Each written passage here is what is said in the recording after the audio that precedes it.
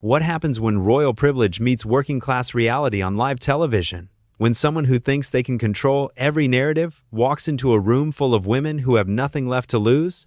In just 35 seconds, one comment about British culture would ignite the most explosive meltdown in daytime TV history. Picture this: the Loose Women's studio, bright lights, familiar purple set, 4 women sitting around that iconic table, cameras rolling, thousands watching at home.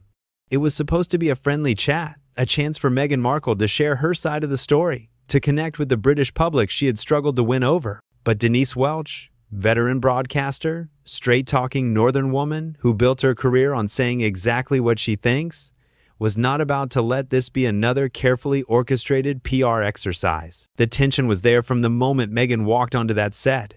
You could feel it through the screen, the way she carried herself, the slight tilt of her chin, the practiced smile that never quite reached her eyes. This was someone used to getting her way, used to people nodding along with whatever she said. Denise watched her take her seat, watched the pleasantries begin, and you could see in her expression that she was not impressed. Here was a woman who had worked her way up from nothing, who had fought for every opportunity, who had never had the luxury of walking away when things got difficult. The other panelists, Nadia Sawalha, Ruth Langsford, and Colleen Nolan, they were being polite, professional, asking the soft questions, letting Meghan settle into her comfort zone. But Denise was different. She was waiting. "So Meghan," Ruth began, leaning forward with that warm presenter smile, "tell us about your new projects. What you have been working on since stepping back from royal duties." Meghan launched into her rehearsed response, talking about her podcast, her Netflix deals, her charitable work. All very polished, all very safe, the kind of answers she had given 100 times before. "It has been such a journey of self-discovery," she said, her American accent crisp and clear. "Finding my authentic voice, being able to speak my truth without the constraints of the institution." Denise shifted in her chair. You could see her jaw tighten slightly. The word truth seemed to hang in the air like a challenge. Nadia jumped in next, keeping things light. "And how are the children? Archie and Lilibet must be growing so fast." "Oh, they are wonderful," Meghan beamed, and for the first time her smile seemed genuine. "They are so curious about the world, so full of questions. We are raising them to be proud of all parts of their heritage." "That must be important to you," Colleen added, "making sure they understand both sides of their family." Something flickered across Meghan's face at that comment, a tiny crack in the perfect facade. "Well," she said, her voice taking on a slightly sharper edge, "we are focusing on the positive influences in their lives, the people and cultures that celebrate who they are, rather than trying to diminish them." The room went quiet for just a beat too long. Ruth cleared her throat, trying to steer back to safer ground. "And Harry, how is he adjusting to life in California?" "Harry is thriving," Meghan said firmly. "He is finally free to be himself, away from all the negativity and the constant criticism. We both are." That was when Denise leaned forward, not aggressively, but with purpose. Her voice was calm, measured, but there was steel underneath it. "Free to be himself," she repeated slowly. "That is interesting, because from where I sit, it looks like he left behind his family, his friends, his military connections, his charities. That does not sound like freedom to me. That sounds like isolation." The temperature in the room dropped about 10 degrees. Meghan's smile faltered for just a second before snapping back into place. "I think that is a very unfair characterization, Denise," she said, her voice still controlled but with a warning edge. "Harry made his own choices. We made our choices together, as a couple, for the well-being of our family." "Did he, though?" Denise pressed on, ignoring the warning looks from the other panelists. "Because it seems to me like those choices coincidentally lined up perfectly with what you wanted. Funny how that works out." You could see Meghan calculating, trying to decide how to respond. This was not going according to script. This was not the sympathetic platform she had been promised. "I think you are oversimplifying a very complex situation," she said finally, her media training kicking in. "There were many factors involved in our decision to step back." "Oh, I am sure there were," Denise nodded, but her tone suggested she was not buying it. "Like the fact that you could not handle the scrutiny that comes with being a working royal. The fact that you expected special treatment and threw a tantrum when you did not get it." The other women looked uncomfortable now. This was going way off the rails. Ruth tried to interrupt. "I think we should maybe move on to talking about—" "No, let her finish," Meghan said, her voice tight. "I would like to hear what Denise has to say." It was a challenge, a dare. And Denise Welch was never one to back down from a fight. "What I have to say is this," Denise said, looking Meghan straight in the eye.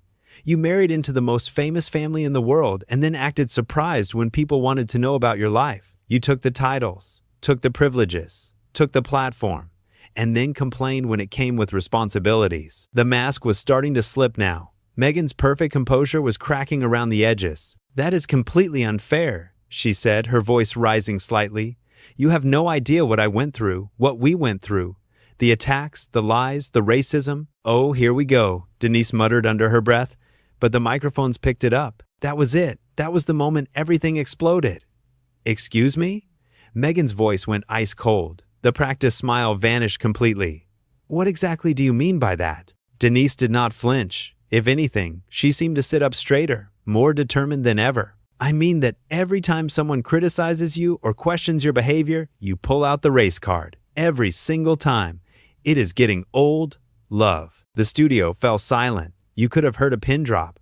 The other panelists looked like they wanted to disappear into their chairs. The camera operators kept filming, knowing they were capturing television gold. Meghan's eyes flashed with fury. All pretense of royal composure was gone now. "How dare you?" she hissed.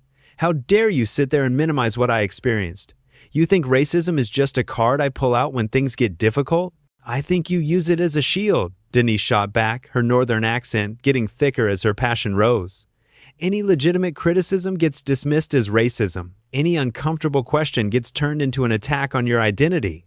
It is manipulative, and it is dishonest." "You do not know what you are talking about," Meghan snapped, her American politeness completely evaporating. "You have no idea what it is like to be the only person of color in that family, in that institution. The comments that were made, the way I was treated." "Oh, please," Denise interrupted, and you could see she was done being diplomatic. "Spare me the victim routine. You were welcomed with open arms. The Queen herself gave you her blessing. The British public was excited to have you. You had every opportunity to succeed." "Welcomed with open arms?"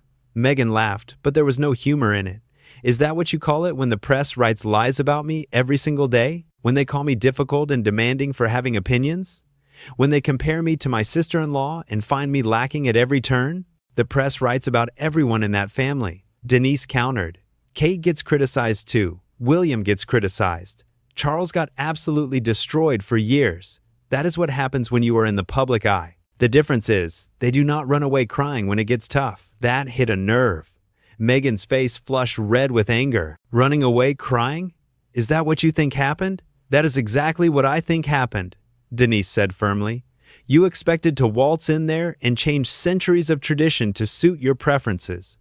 When you realized it did not work that way, you threw your toys out of the pram and dragged Harry down with you." Ruth tried desperately to regain control of the interview. "Ladies, perhaps we should take a step back here." "No," Meghan said, her voice sharp as a blade.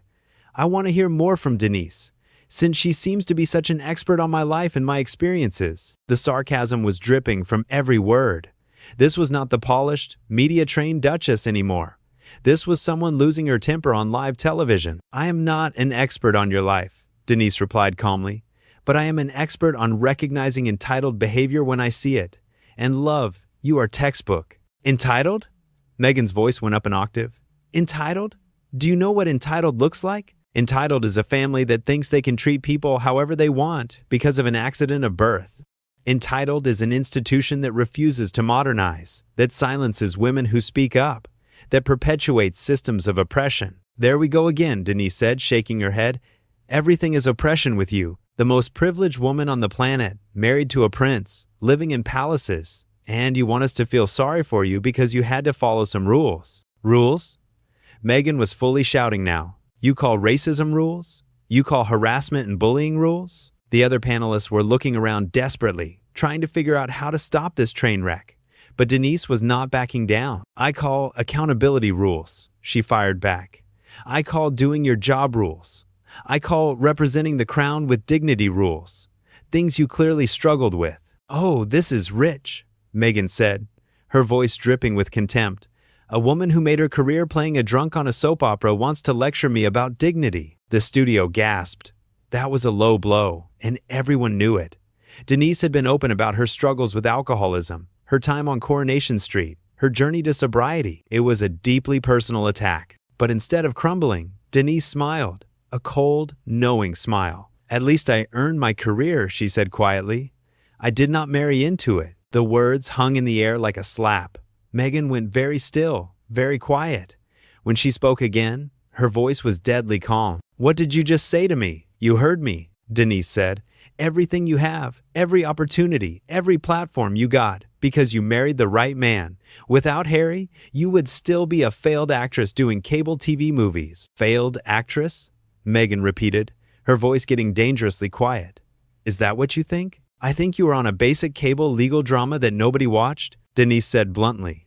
"I think you were struggling to get decent roles. I think marrying Harry was the best career move you ever made. That was it, the final straw."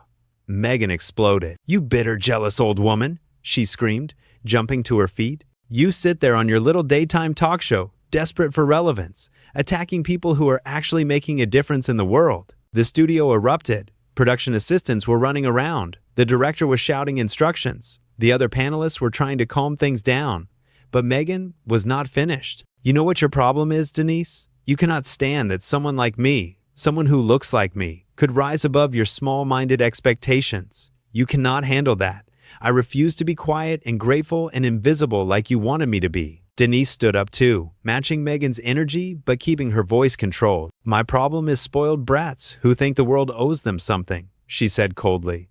"My problem is people who play victim while living lives of incredible privilege. My problem is watching someone destroy a good man because she could not handle being second fiddle to his grandmother." Second fiddle?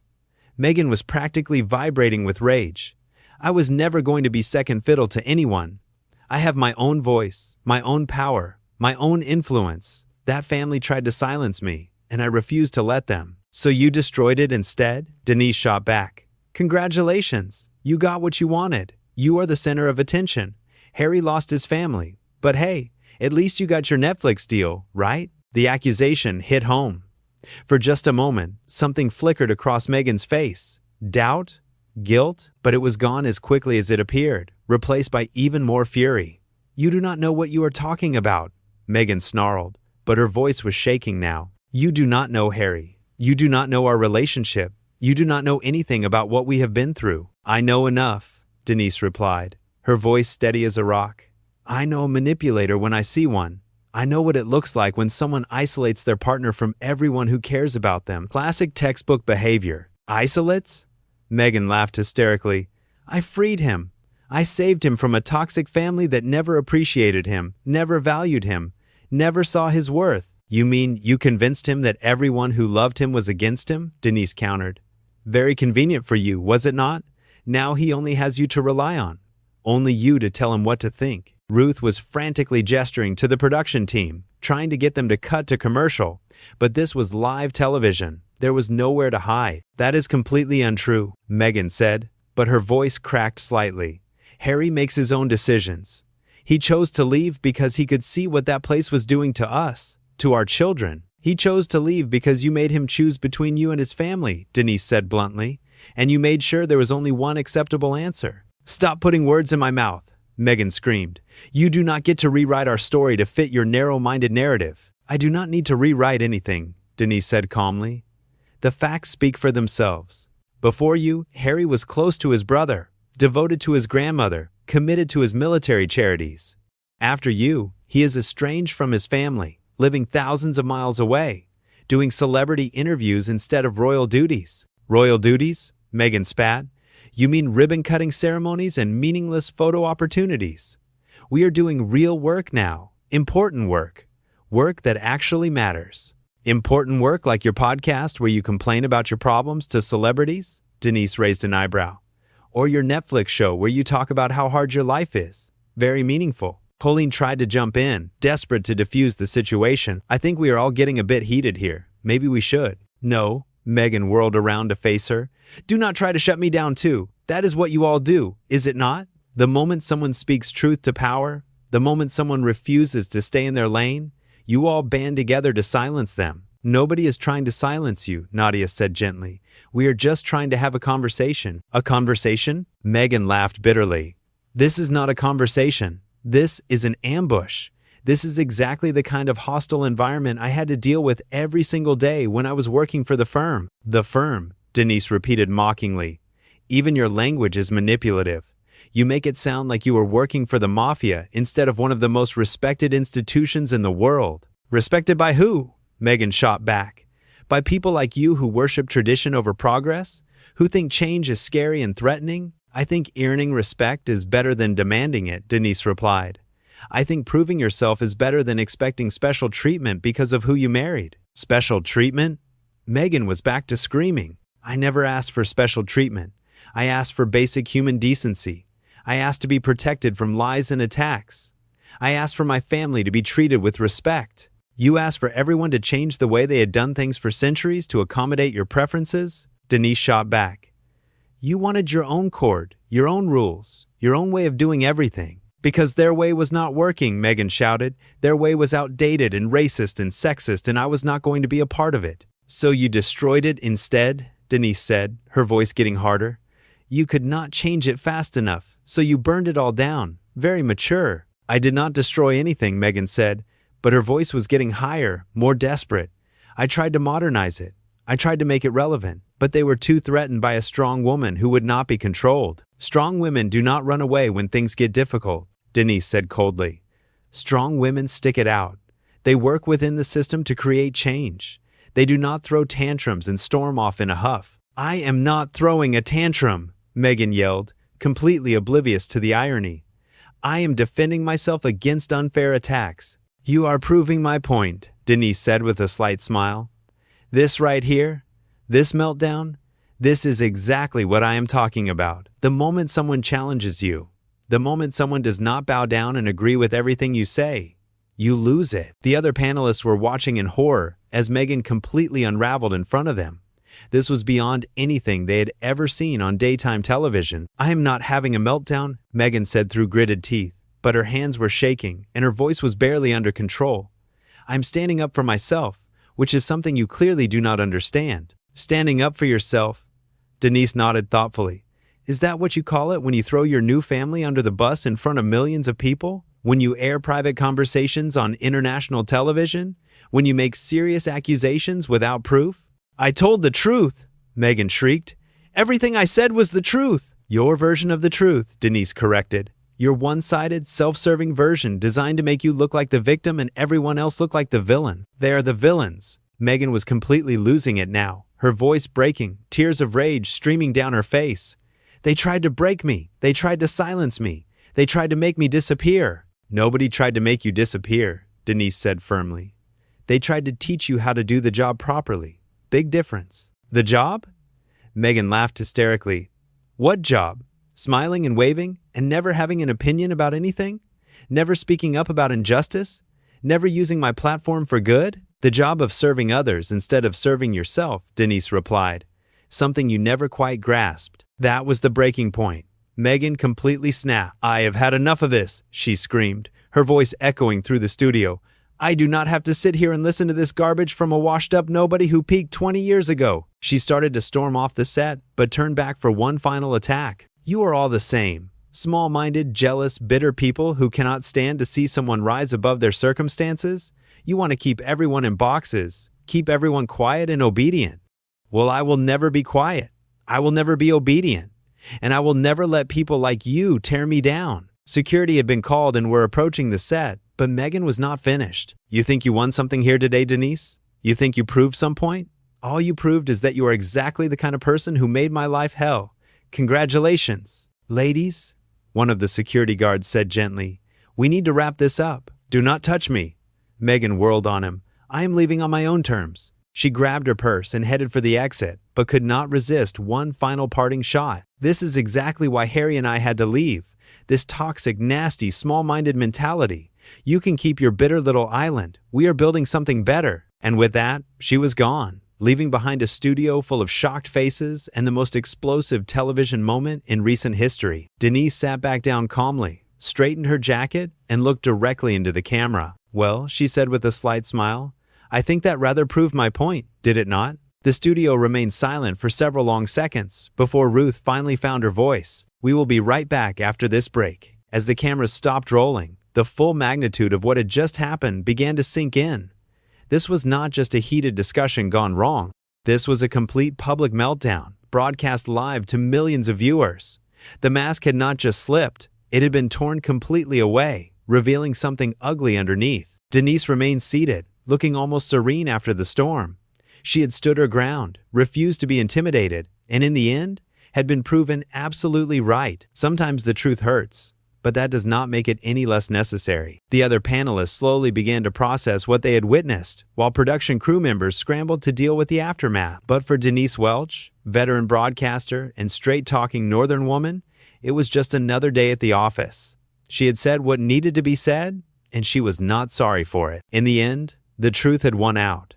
And sometimes, that is all that really matters.